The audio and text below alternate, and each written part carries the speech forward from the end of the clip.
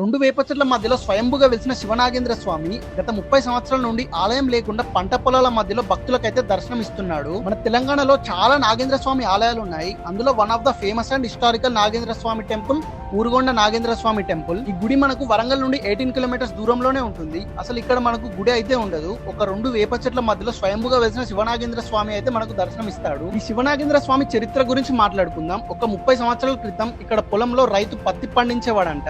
ఒక రోజు ఆ పత్తిని దొంగలు దొంగతనం చేయడానికి వచ్చినప్పుడు ఈ పొలం రైతుకు నాగేంద్ర స్వామి కలలో కనిపించి నీ పొలంలో దొంగలు పడ్డారని చెప్పారంట.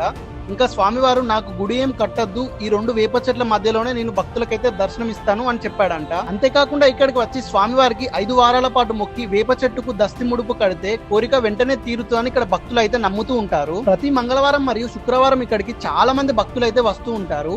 ఇంకా ఇక్కడ కోరికలు నెరవేరితే గుండు కూడా చేపించుకుంటారు. నాకైతే చాలా మంచిగా అనిపిస్తుంది ఈ గుడికి వచ్చినందుకు.